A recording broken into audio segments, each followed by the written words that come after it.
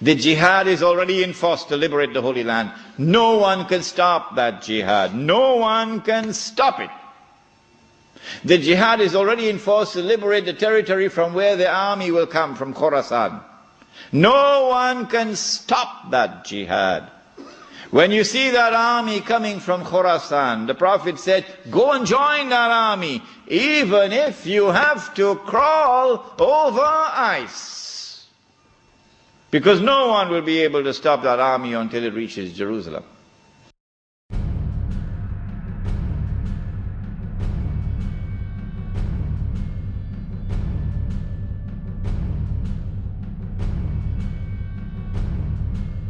Today's Mujahideen believe they are appointed by Allah to fight a holy war for Him that will culminate in the decisive battle between the forces of Islam and the evil forces of Dajjal in the end times. To many Muslim scholars, Dajjal is not only a man who is the Antichrist figure of Islam.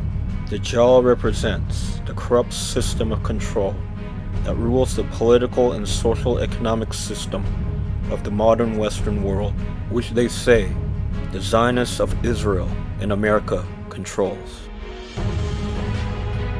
The belief that they are specifically selected by Allah to fight a war for Him that will lead to the climactic battle between the forces of Al-Mahdi and Dajjal imparts an extreme religious feeling to the Mujahideen of invincibility and divine importance. They feel they are righteous warriors in a cosmic battle between good and evil. This unleashes a passion to die as martyrs for the cause of Allah and makes them determined to stand their ground and fight courageously in battle.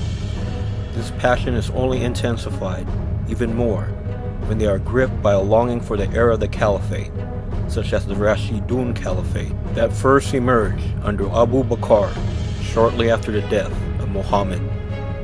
And their warrior passions are aroused by a nostalgia for the glory and invincibility of the past Muslim generals, such as Khalid ibn al-Walid, the Sword of Allah, who fought more than 100 battles and never lost, and Salahuddin al-Ayyubi, known to the Western world as Saladin, who fought Richard the Lionheart during the Third Crusades.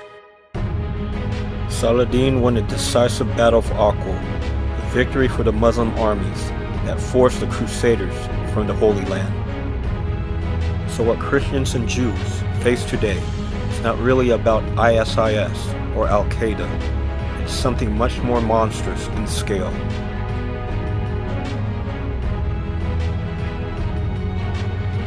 This is an enormously powerful ideology manned by millions of Mujahideen in many Muslim countries who are determined to fight a war that will lead to the final battle that will liberate Jerusalem from what they perceive as the forces of Dajjal and the Zionists.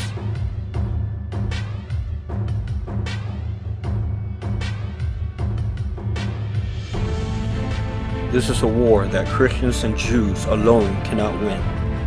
Only the Messiah Yeshua, when he returns, will be the only one who can win this war, as it is prophesied in Zechariah 12. When that day comes, I will seek to destroy all nations attacking Jerusalem, and I will pour out on the house of David and those living in Jerusalem the spirit of grace and prayer, and they will look to me whom they pierced.